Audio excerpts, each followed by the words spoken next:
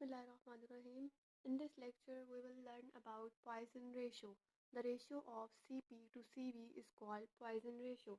Cp हमने पढ़ा था कि C होता है मोलर हीट कैपेसिटी, ठीक है, molar heat capacity. Molar heat capacity को हम एट कांस्टेंट प्रेशर कहते हैं Cp और एट कांस्टेंट वॉल्यूम कहते हैं Cv। तो at molar heat capacity at constant pressure divided by molar heat capacity at constant volume is known as Poisson ratio. और Poisson ratio को हम डिनोट करते हैं गैमा से, ठीक है, ये गैमा का साइन है। तो हमने लिखा कि ये पॉइजन रेशियो है। पॉइजन रेशियो किसकी इक्वल आ जाएगी, gamma is equals to C P divided by C V. This is known as Poisson ratio, ठीक है। तो पॉइजन रेशियो को हम कैलकुलेट करते होते हैं। पॉइसन रेशियो को हम कैलकुलेट करने के लिए मोस्टली एक फार्मूला यूज़ करते होते हैं, जिसमें हम सीपी तो सिंपल रहेगा, जैसे हमने 9th-10th में पढ़ा था मैथ्स में कि जब भी हमारे पास कोई वैल्यू नहीं होती तो हम सपोज करते हैं एक्स की या वाई में से किसी एक की वैल्यू निकालते हैं और फिर उसको पुट करते हैं दूसरी एक किसी भी इक्वेशन में और हम फिर एक्स की वैल्यू निकालते हैं, ठीक है। तो इसमें हम यही कुछ ऐसे ही करने लगे हैं कि यहाँ पर हमें बताया गया कि सी वी जो है ना वो F/2 आर के इक्वल होता है। अब अगर हम बात करें कि F क्या है और R क्या है, तो F/2, F जो है वो हमारे पास डिग्री ऑफ फ्रीडम कहलाती है। डिग्री ऑफ फ्रीडम को हम क्या कह सकते हैं कि सम ऑफ एनर्जीज ऑफ एटम्स। इसका क्या मतलब है कि हमें पता है कि कोई भी अगर एटम है हमारे पास, ये फ़र्ज़ करें कि हमारे पास एक एटम है, तो हमारे पास इसके 3 एक्सिस होंगे, वाई एक्सिस, एक्स एक्सिस और जी एक्सिस। ये वाई, ये एक्स और ये जी, ये 3 एक्सिस हमारे पास होते हैं जिसमें ये रोटेट कर सकता है, ठीक है। तो इसकी रोटेशन के लिए वो वाले एक्सिस जिन पे ये फ्रीली मूव कर सकता है, फ्रीली जो है वो मोशन कॉज कर सकता है, तो उनको हम कहते हैं कि इसकी डिग्री ऑफ फ्रीडम है, ठीक है। यानी ये कौन कौन से एक्सिस पे इजीली फ्रीली मूव कर सकता है, तो ये हमारे पास है डिग्री ऑफ फ्रीडम। और अगर हम बात करें नेक्स्ट की, तो डिग्री ऑफ फ्रीडम मतलब एफ किसके इक्वल होता है हमारे पास, F T plus F R plus F V.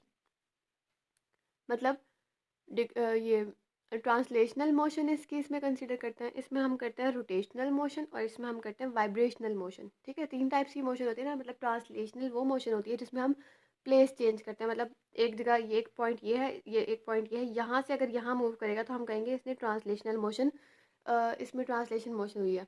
मतलब कि ये एक जगह से दूसरी जगह मूव किया, हमें बाकायदा नज़र आया है इसका डिस्टेंस जो चेंज हुआ है वो, ठीक है। और अगर हम बात करें रोटेशनल मोशन की, तो रोटेशनल मोशन होती है कि वो रोटेट करता है। एक स्पेसिफिक पॉइंट है, एक स्पेसिफिक पॉइंट है, उसके अराउंड जो है ये रोटेट कर रहा है, रोटेट कर रहा है, रोटेट कर रहा है। और वाइब्रेशनल मोशन क्या होती है कि वो उसी जगह पर पड़ा हुआ वाइब्रेट हो रहा है, वाइब्रेट हो रहा है, ठीक है। उस तो वाइब्रेशनल मोशन में मोस्टली जो है वो चेंज नहीं होती उसकी डायरेक्शन। और हाँ, अगर हम बात करें रूम टेम्परेचर पे, तो रूम टेम्परेचर पे वाइब्रेशन होती भी नहीं है, ठीक है। तो अब हमने जो पॉइसन रेशियो फाइंड करनी है वो रूम टेम्परेचर पे करनी है। तो आप देखेंगे कि वहाँ पर एफ वी मतलब कि वाइब्रेशनल मोशन जो है वो ज़ीरो होगी सब में। अगर हम बात करें मोनोटॉमिक की, डायटॉमिक की या ट्राइएटॉमिक मॉलिक्यूल्स की या गैस की, तो उसमें हर जगह पर ये एफ वी जो है ना मतलब वाइब्रेशनल, ये ज़ीरो होगा, ठीक है। तो अब हम देखते हैं कि हम पॉइसन रेशियो निकालते कैसे हैं। तो पॉइसन रेशियो निकालने के लिए हमें सी पी और सी वी चाहिए, ठीक है। और सी पी निकालने के लिए हमें सी वी, देखें सी वी है ना, सी वी क्या है, F/2 R। तो इसके लिए हमारे पास F नहीं है। सबसे पहले हम एक मॉलिक्यूल लेंगे, अगर हम बात करें किसी मोनोटॉमिक मॉलिक्यूल की जिसमें एक ही एटम प्रेजेंट है, तो हम उसके लिए सबसे पहले F चाहिए। तो हम उस मॉलिक्यूल को कंसीडर करते हैं, जैसे हमने यहाँ पर देखा, हम इसी से जो है ना वो कर लेते हैं आगे। ये हमारे पास एक एटम है ये वाला, ठीक है। फ़र्ज़ करें कि ये एटम है, तो ये ट्रांसलेशनल मोशन कैसे कर, सबसे पहले हम ट्रांसलेशनल मोशन देखते हैं। F T है ना सबसे पहले, तो ये देखें ट्रांसलेशनल मोशन, ये इधर मूव कर सकता है, जी बिल्कुल कर सकता है। ये एक्स एक्सिस पर भी कर सकता है, ये वाई एक्सिस पर भी जा सकता है और ये जी एक्सिस पर भी मूव कर सकता है। तो ट्रांसलेशनल मोशन का मतलब कि यहाँ पर क्या आ जाएगा, 3। यहाँ आप देख सकते हैं यहाँ F T लिखा हुआ है 3। इसका मतलब है ये तीनों डायरेक्शन में मूव कर सकता है। अगर हम बात करें रोटेशनल मोशन की, अगर ये रोटेट करे, ये यहाँ पर रोटेट करे इसी सर्कल के राउंड, किसी भी सर्कल के राउंड, तो यानी रोटेशन से हम गैस नहीं कर सकते इसने रोटेट किया है या नहीं किया, क्योंकि ये तो सिंगल एटम है। ये यहाँ पर रोटेट करे, यहाँ पर रोटेट करे, कहीं पर भी करे, हम नहीं गैस कर सकते कि इसकी पोजीशन में कोई चेंज आया है। तो पोजीशन में चेंज नहीं आता single atom mono atomic gas molecule के रोटेट करने से। तो हम क्या कहेंगे कि F R यहाँ पर क्या है, ज़ीरो। जबकि अगर हम बात करें वाइब्रेशनल मोशन की, तो हम पहले ही कह चुके हैं कि वाइब्रेशनल मोशन तो सब में ज़ीरो होगा, क्योंकि हम रूम टेम्परेचर पर बात कर रहे हैं पॉइसन रेशियो की, और पॉइसन रेशियो रूम टेम्परेचर पर वाइब्रेशन जो है वो ज़ीरो होती है, वाइब्रेशन नहीं होती मॉलिक्यूल्स में रूम टेम्परेचर पे। ठीक है, तो अब हमने क्या देखा कि यहाँ पर एफ आर भी ज़ीरो हो गया और एफ वी भी ज़ीरो हो गया, और एफ की क्या वैल्यू आ गई 3। अब हमने पीछे क्या पढ़ा था कि सी वी जो है वो एफ ओवर 2 आर होता है, ऐसे ही हमने पढ़ा है ना। तो एफ क्या आया हमारे पास 3, हम एफ को पुट कर देंगे यहाँ पर सी वी में। देखें, हमने यहाँ पर लिया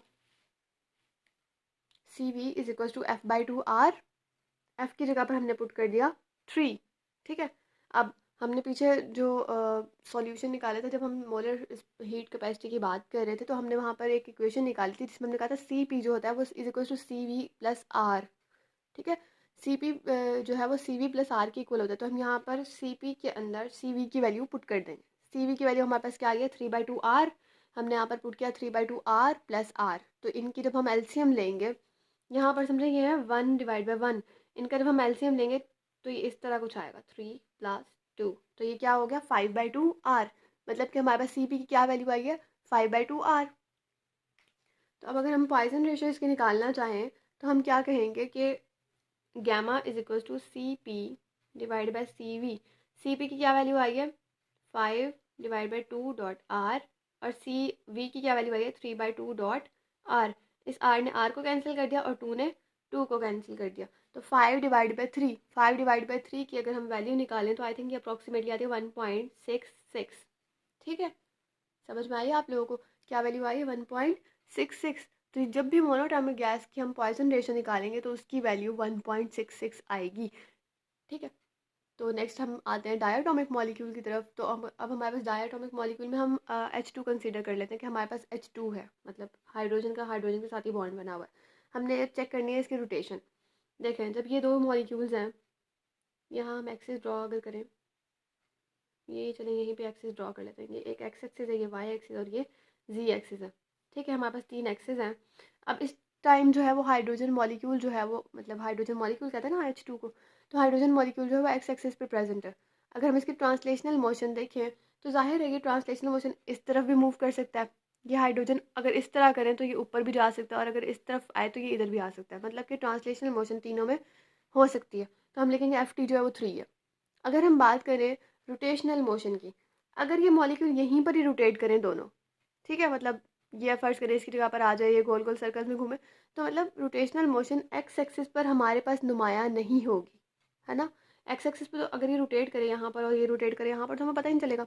लेकिन अगर हम बात करें वाई एक्सिस की, तो जब ये यहाँ पर आकर रोटेट करेगा, एक हाइड्रोजन यहाँ पर है, एक हाइड्रोजन यहाँ पर है, ये जब रोटेट करेगा तो इस तरफ आएगा ना, तो हमें पता लगेगा कि वाकई रोटेशन हुई है। तो मतलब रोटेशनल मोशन वाई एक्सिस पर और सेम एज जी एक्सिस पर होगी। तो हम क्या कहेंगे कि डिग्री ऑफ फ्रीडम यहाँ पर क्या है 2, क्योंकि यहाँ पर एक्स एक्सिस पर नहीं हो रही vibration, sorry rotation x axis पर नहीं हो रही, लेकिन वाई और जी एक्सिस पर हो रही है। तो हम यहाँ पर लिख देंगे 2, और जबकि वाइब्रेशन मोशन पहले ही कह चुके हैं कि 0 होगी, तो यहाँ पर 0 आ जाएगा। तो एफ की क्या वैल्यू आई 5। ठीक है, अब हम पुट करेंगे इसको जो है इसके अंदर C V plus R, C P is equal to C V plus R. यहाँ पर भी हमने सेम फार्मूला यूज़ किया और अब हम इसको पुट कर रहे हैं। तो सी वी की वैल्यू क्या आई है 5, और ये 5/2 आर हो गया प्लस 1/r। ठीक है, प्लस 1 आर हो गया, 1 के नीचे भी 1 है, इनका जब एलसीएम लेंगे तो आंसर आएगा 7/2 आर। और 7/2 आर, अब हमने गैमा फाइंड करना है। गैमा फाइंड करके हम सी पी और सी वी भी करेंगे। यहाँ पर हमारे पास वैल्यू आई है 7/2, जबकि यहाँ पर हमारे पास क्या वैल्यू आई है 5/2। ऊपर किसकी वैल्यू है सी पी की और नीचे सी वी की, इनको जब हम कैंसिल आउट करेंगे तो आर आर को कैंसिल कर देगा, 2 को कैंसिल कर देगा। तो 7/5 को जब हम डिवाइड करेंगे 7 को 5 से, तो 1.44 आंसर आएगा। इससे हमें क्या पता लगा कि जब भी हम डायटोमिक गैस की बात करेंगे तो उसकी पॉइजन रेशो आएगी 1.44 या अप्रॉक्सीमेटली 1.44। ठीक है, नेक्स्ट हम बात करते हैं ट्राइएटॉमिक गैसेस की। तो ट्राइएटॉमिक गैस की अगर हम बात करें तो जैसे हमने यहाँ पर बात की, हम वाटर मॉलिक्यूल ले लेते हैं। वाटर मॉलिक्यूल को हम एक्स वाई और जी एक्सिस के लॉन्ग जो है वो कंसीडर करते हैं। समझे, ओ जो है यहाँ पर है और ये जी एक्सिस है। अब देखें, इसमें जब यहाँ पर ट्रांसलेशन मोशन तो हम पहले भी कह चुके हैं कि तीनों में ही होगी, तो इसमें भी होगी ट्रांसलेशन मोशन। ये किसी भी एक्सिस के अलॉन्ग मूव कर सकता है और वो मूवमेंट हमें प्रॉपर नज़र आएगी। अगर हम बात करें रोटेशनल मोशन की, तो रोटेशनल मोशन देखें, अब अगर ये यहाँ से रोटेट करेगा, ये हाइड्रोजन मॉलिक्यूल्स ऊपर नहीं आ जाएंगे दोनों, ये रोटेट करेगा ऑक्सीजन, ये वाला लोन पेयर नीचे और हाइड्रोजन मॉलिक्यूल्स ऊपर आ जाएंगे, मतलब यहाँ पर भी प्रोमिनेंट होगी और वाई एक्सिस पर भी प्रोमिनेंट होगी और अगर हम बात करें जी एक्सिस की, तो जी एक्सिस पर भी ये प्रोमिनेंट होगी। क्यों?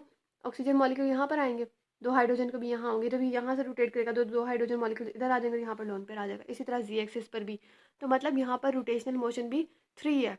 डिग्री ऑफ फ्रीडम हम फाइंड करेंगे तो रोटेशनल मोशन भी 3 है और वाइब्रेशनल मोशन यहाँ पर भी 0 है। क्यों? क्योंकि ये वाइब्रेट अपनी जगह पर ही करेगा, मोशन चेंज नहीं करेगा, और जब मोशन चेंज नहीं करेगा, प्लेस चेंज नहीं करेगा, तो हम कहेंगे कि वाइब्रेशनल मोशन भी 0 है। तो डिग्री ऑफ फ्रीडम की क्या वैल्यू आई हमारे पास? 6। अब इस 6 को हम पुट करते हैं C V equal to F over 2 R में, तो 6/2 आर आ गया। ठीक है, इसको हम कैंसिल आउट भी कर सकते हैं, हम 3 आर भी कर सकते हैं इसको। तो हम कहते हैं 6 और 2 को कैंसिल किया तो 3 आर आ गया हमारे पास। फिर हमने क्या किया, सी पी में वैल्यू पुट की है इसकी, तो 6/2 आर प्लस आर, 8/2 आर, तो क्या आंसर आया? 4 आर। 4 आर, 4 और 3 को जब हम डिवाइड करेंगे, आर आर को कैंसिल कर देगा, 4 और 3 को जब हम डिवाइड करेंगे तो आई थिंक यहाँ पे 1.33 आएगा। ठीक है, तो 1.33 आएगा। तो ट्राई एटॉमिक गैस की जब भी हम पॉइजन रेशियो निकालते हैं तो हमारे पास क्या आंसर आता है? 1.33। अब क्या होगा कि जब भी, ये तो हमारे पास था ना, मतलब इस तरह इसका स्ट्रक्चर इस तरह था। अगर कोई लीनियर ट्राइएटॉमिक मॉलिक्यूल है, लाइक हमारे पास कार्बन डाइऑक्साइड है, तो कार्बन डाइऑक्साइड का तो फॉर्मूला होता है इस तरह करके, है तो ये ट्राइएटॉमिक, इसमें 3 एटम्स है, लेकिन क्या है, लीनियर है, मतलब स्ट्रेट है, एक ही एक्सिस पर है। तो इसकी वैल्यू जो है वो डायटोमिक मॉलिक्यूल की तरह की आएगी। तो ये इसका एक हम कह सकते हैं कि ड्रॉबैक है, या इसका एक नुकसान या डिसएडवांटेज है कि इसमें ट्राइएटॉमिक सब मॉलिक्यूल्स की वैल्यू एक जैसी नहीं आती, मतलब 1.33 नहीं आती, बल्कि मोस्टली ट्राइएटॉमिक जो लीनियर होते हैं उनकी वैल्यू डायटोमिक मॉलिक्यूल्स की जिस तरह की आ जाती है। ठीक है, तो ये इसका एक ड्रॉबैक है, इस वजह से ये ज़्यादा चल नहीं सका, लेकिन हम फिर भी इसको यूज़ करते हैं। तो यहाँ तक हमारा टॉपिक ख़त्म हुआ। होप सो आपको समझ आई होगी। Thank you.